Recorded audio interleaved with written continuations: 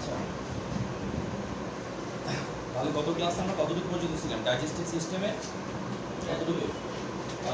Pathway of food digestion পর্যন্ত, তাই না? ওকে, আমরা আগে একটু পড়িয়ে নিই, এরপরে পড়াটা করছি আমরা। আচ্ছা দেখেন, পাথওয়ে অফ ফুড ডাইজেশনের পর আমাদের সবচেয়ে বেসিক কোশ্চেন হচ্ছে, প্রশ্নগুলো কি লিখে দিয়েছিলাম? দুইটা। আরেকটা কোশ্চেন লেখেন,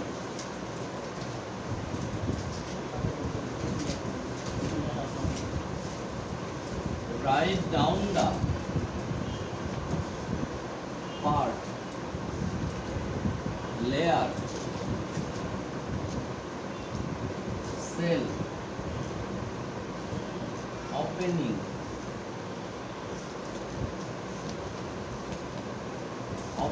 and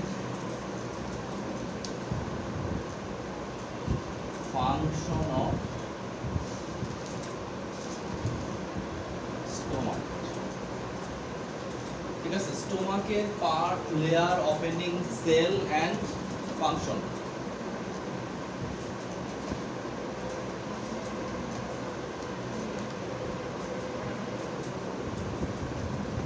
ওকে, তাহলে আমরা পড়বো আজকে স্টোমাক। স্টোমাকটা কিন্তু আমাদের জন্য খুব ইম্পর্টেন্ট, ডাইজেস্টিভ ট্র্যাকের পার্ট হিসাবে স্টোমাকটা আমাদের জন্য খুব ইম্পর্টেন্ট। কারণ কি, স্টোমাকের সাথে রিলেটেড খুব গুরুত্বপূর্ণ একটা রোগ, নাম কি? Peptic ulcer disease, gastric ulcer, duodenum ulcer, gastroesophageal reflux disease. ঠিক আছে, সবগুলা রোগের সাথে সরাসরি এই পার্টটা কি জড়িত। এই পার্টটা যদি এখন মুখস্থ না করেন তাহলে কি ওনাদের মতো সেকেন্ড সেমিস্টারে এসে আবার ফার্স্ট সেমিস্টারে পড়া কি মুখস্থ করতে হবে। ঠিক আছে, সো এখন থেকে মুখস্থ করে যান, যেন পরে আর কি বলতে না হয়, কারণ পরে আবারও ধরবো। তাহলে আমরা আসি স্টোমাকটা, তাই না?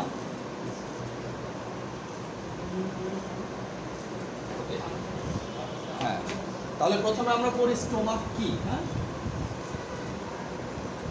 স্টোমাক কি? সহজভাবে যদি বলি, স্টোমাক হচ্ছে কি, মাংসপেশির, মাসকুলিন টিস্যুর তৈরি একটা থলের মতো অংশ। থলে, যে থলের মধ্যে কি হয়, আমরা যে খাবারগুলো খাচ্ছি সেই খাবারগুলো প্রাথমিকভাবে কি হচ্ছে, জমা হচ্ছে। এরপরে এই জমা জায়গা থেকে কি হচ্ছে, প্রয়োজন অনুসারে ভিতরের দিকে যাচ্ছে। কিসের জন্য যাচ্ছে? ডাইজেশনের জন্য। তাহলে এখানে কি প্রাথমিকভাবে জমা হচ্ছে খাবারগুলো, তার মানে আমরা যে খাবার খাচ্ছি সাথে সাথে পেটের ভিতরে চলে যাচ্ছে না, স্টোমাকের ভিতর কি হচ্ছে, খাবারটা জমা হচ্ছে। যে জায়গাটাতে, যে ব্যাগের মধ্যে যে খাবারটা জমা হচ্ছে, ওই ব্যাগটার নামই হচ্ছে কি, স্টোমাক। ঠিক আছে, তাহলে স্টোমাকের একজ্যাক্ট পজিশনটা কার পরে হবে? হ্যাঁ, ইসোফ্যাগাসের পরে, তাই না? স্টোমাকটা থাকবে কোথায়? ইসোফ্যাগাসের পরে, ডিউডেনামের আগে। ইসোফ্যাগাসের পরে, ডিউডেনামের আগে।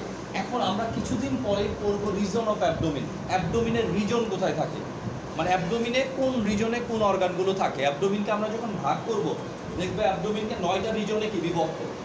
এই 9টা রিজনের মধ্যে এটা কি, ইপিগ্যাস্ট্রিক, লেফট হাইপোকন্ড্রিক এবং কি হাইপোগ্যাস্ট্রিক রিজনে কি, সরি আম্বালিকাল রিজনের মধ্যে কি থাকে। 3টা রিজনের ভিতর এটা কি পার্ট বাই পার্ট অবস্থান করে। ওকে, আমরা এখন রিজনে যাচ্ছি না। তাহলে আমরা প্রথমে যদি বলি স্টোমাক কি, কি বলবো আমরা? যে স্টোমাক হলো মাসকুলিন টিস্যু, মাংসপেশির তৈরি একটা থলে। ঠিক আছে, যে থলেটা সংকুচিত হতে পারে, প্রসারিত হতে পারে। আমি যদি অনেক খাই, স্টোমাক কি হয়ে যাবে? বড় হয়ে যাবে, তখন আমি অনেক খেতে পারবো। আবার আমি যদি অল্প খাই, স্টোমাকটা কি হয়ে যাবে? ছোট হয়ে যাবে, আমি বেশি কি খেতে পারবো না। ঠিক আছে, অনেক মানুষ আছে কি অনেক খায়, খাওয়ার কারণে কি হয়ে যাচ্ছে, মোটা হয়ে যাচ্ছে। তখন কখনো কখনো ডাক্তাররা কি করে, অপারেশন করে স্টোমাকই ছোট করে দেয়। স্টোমাক ছোট করে দিলে কি, সে চাইলেও আর খেতে পারবে না। ঠিক আছে, না খেতে পারলে আস্তে আস্তে কি চিকন হয়ে যাবে। ঠিক আছে, তাহলে এটা একটা থলের মতো অংশ, যে থলের মতো অংশটার কাজ হচ্ছে প্রাথমিকভাবে যে খাবারই আমি খাই সেই খাবারটাকে কি জমা রাখা। ঠিক আছে, শুধু জমা রাখাটুকু তার কাজ তা না, আমরা কাজটা কি আলাদাভাবে করব। এরপর আমরা যদি বলি ক্যাপাসিটি, স্টোমাকের ক্যাপাসিটি কতটুকু, কি বলি যদি আমরা? ক্যাপাসিটি, হ্যাঁ, এটা কিন্তু স্বাভাবিক, অস্বাভাবিক ধারণ ক্ষমতা আছে। কিছু কিছু মানুষ দেখা যায় কি 3/4 ভাত খেয়ে ফেলে। ঠিক আছে, ওদের ক্রিয়াটা কি অস্বাভাবিক। আমরা নর্মাল মানুষের ক্ষেত্রে বলতেছি, স্টোমাকের সাইজটা কিরকম হয়। যখন একটা বাচ্চা জন্মগ্রহণ করে, তখন দেখবেন সামান্য একটু বুকের দুধ খেয়ে বারবার কি করে দিচ্ছে, চাপ লাগার সাথে সাথে বমি করে দিচ্ছে। কারণ কি, তার স্টোমাকের সাইজটা একেবারে ছোট। কত? প্রায় দেখা যাচ্ছে 30 ml এর মতো। তাহলে ক্যাপাসিটি যদি আমরা চিন্তা করি স্টোমাকের একদম কি জন্মের পরই একটা শিশু বাচ্চার ক্যাপাসিটি কত থাকে, এভারেজ কি 30 ml এর মতো। এরপরে যখন একটু বড় হয়ে যখন বয়ঃসন্ধির কাছাকাছি আসে, ঠিক আছে, পিউবার্টি মানে কি বয়ঃসন্ধি মানে কি এমন একটা সময় যে সময়টা কি একটা ছেলে কি হয় পুরুষ হয়, একটা মেয়ে মহিলা হয় বা কি নারী হয়। ঠিক আছে, সহজভাবে যদি বলি, কেন মেয়েটা তখনই নারী হবে যখন সে কি বাচ্চা ধারণে বা বাচ্চা জন্মদানে কি সক্ষম হবে। কখন হবে? After menstrual cycle. যখন একটা মেয়ের মেনস্ট্রুয়াল সাইকেল শুরু হবে তখনই তার পক্ষে কি বাচ্চা ধারণ করা সম্ভব। একই বিষয় ছেলের ক্ষেত্রেও, যখনই একটা ছেলের কি স্পার্ম ইজেকশন হবে, তাই না, তার মানে কি স্বপ্নদোষ হবে, তখন থেকে ছেলেটা কি বাবা হতে সক্ষম। এখন কথা হচ্ছে যখন এই বয়সটা আসবে যে একটা মেয়ে কি মেনস্ট্রুয়াল সাইকেল শুরু হচ্ছে, একটা ছেলের কি সিমেন ইজেকশন শুরু হয়েছে, এই সময়টাকে কি বলা হচ্ছে পিউবার্টি।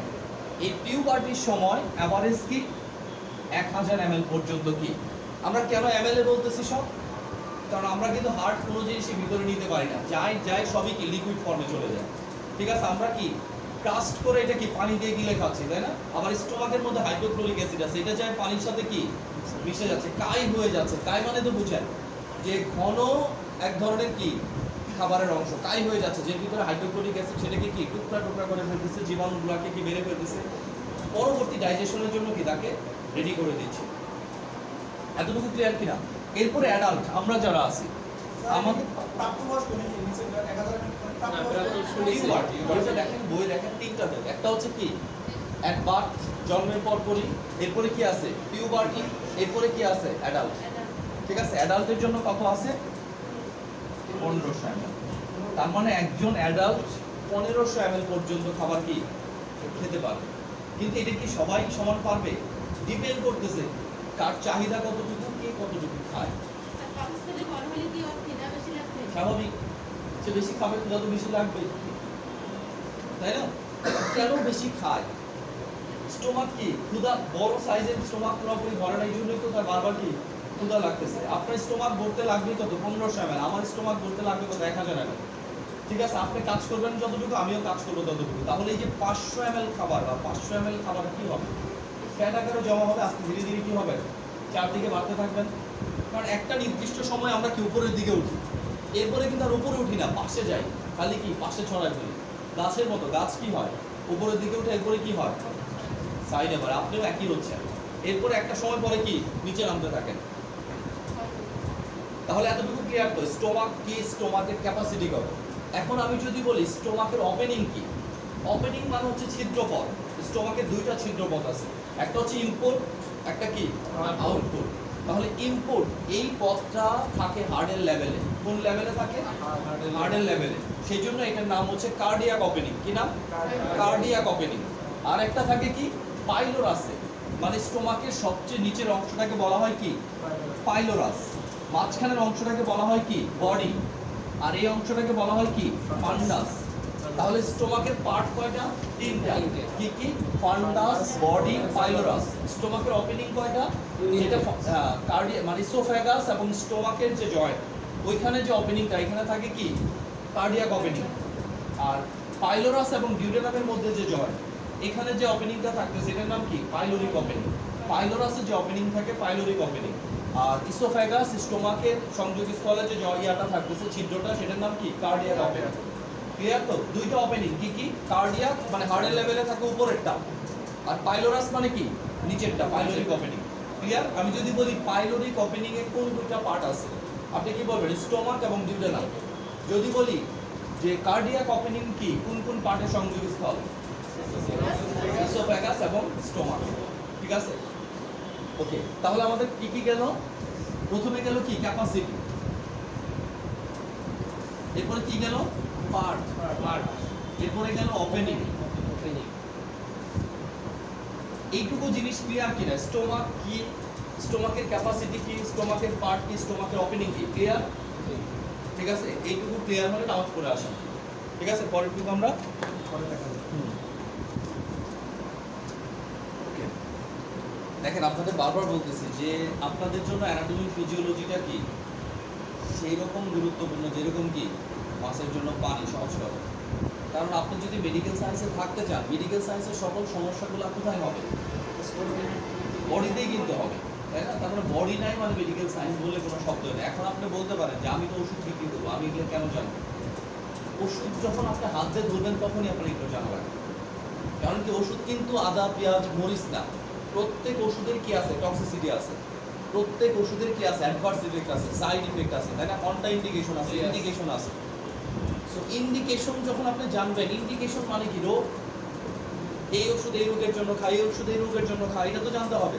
এখন রোগ যদি বুঝতে চান আপনাকে কি অ্যানাটমি ফিজিওলজি দিয়ে আসতে হবে। তার মানে এই পড়াটা আপনার যতই রস ছাড়া মনে হোক, বাট এটা দিয়ে কি পুরো জিনিসটাতে আপনার কি যেতে হবে। কারণ যদি আপনি বডি ভালো করে না পড়েন, আপনি রোগ ভালো করে বুঝবেন না। আর রোগ যদি ভালো করে না বুঝেন, ওষুধ বোঝা কি আপনার জন্য বেশ কঠিন ব্যাপার। সেই জন্য প্রথম সেমিস্টারটা ফাঁকি না দিয়ে চেষ্টা করেন কি এই সেমিস্টারটা ভালো করে পড়ার জন্য। এটা একমাত্র বেসমেন্ট আপনার। আপনি একটা বিল্ডিং বানাতে চাইলে প্রথমে কি ওইখানে অনেক টাকা খরচ করা লাগবে, তাই না? বেসমেন্টে তারপরে বোঝা যাবে যে আপনার বিল্ডিং কি কত উঁচায় উঠবে। বেসমেন্ট বড় বড় হবে, বিল্ডিং উপরে উঠবেই না। ঠিক আছে? আপনি এমন না যে ভাবতেছেন এক বছরে কোর্স করে কি ভাব পেয়ে গেলেন, এমনও হতে পারে কি আপনার প্রয়োজনে আপনাকে ডিপ্লোমা করা লাগবে। যদি আপনার বেসমেন্ট দুর্বল থাকে, এর উপরে কি 2 বছর 3 বছর 4 বছর তুলতে পারবেন? তুলতে পারবেন না। ঠিক আছে? তো এমন ভাবে নিজেকে প্রিপেয়ার করেন যেন কি কমন সেন্স দিয়ে আপনি ওকে। স্টোমাকটা কেন কি ডিজলভ হচ্ছে না, এটা আমরা জানবো কোথা থেকে? লেয়ার থেকে। আরেকটা সেল আমাদের বাকি আছে, নাম কি? এন্টারোক্রোমাফিন। কি নাম?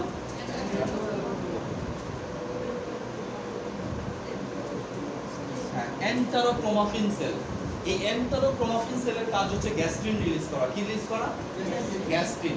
এই গ্যাস্ট্রিন আবার প্যারাইটাল সেলে কাজ করে কি করে? হাইড্রোক্লোরিক অ্যাসিড রিলিজটাকে কন্ট্রোল করে। তাহলে চিন্তা করেন আমাদের সেল কয়টা? 4টা। প্রথম সেলের কাজ হচ্ছে মিউকাস প্লাস পেপসিনোজেন রিলিজ করা। 2 নাম্বার সেলের কাজ হচ্ছে কি পেপসিনোজেন রিলিজ করা।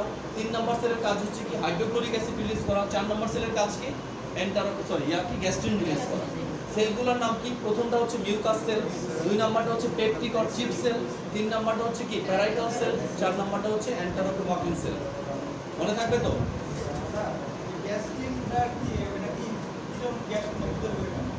গ্যাস্ট্রিনটা গ্যাস না, গ্যাস্ট্রিন হচ্ছে একটা কেমিক্যাল এজেন্ট। এই কেমিক্যাল এজেন্টটা কি প্যারাইটাল সেলকে স্টিমুলেট করতে পারে টু প্রোডিউস হাইড্রোক্লোরিক অ্যাসিড। না, হরমোনও না, কেমিক্যাল এজেন্ট একটা। ঠিক আছে? লোকাল হরমোন বলতে পারি আমরা। আমাদের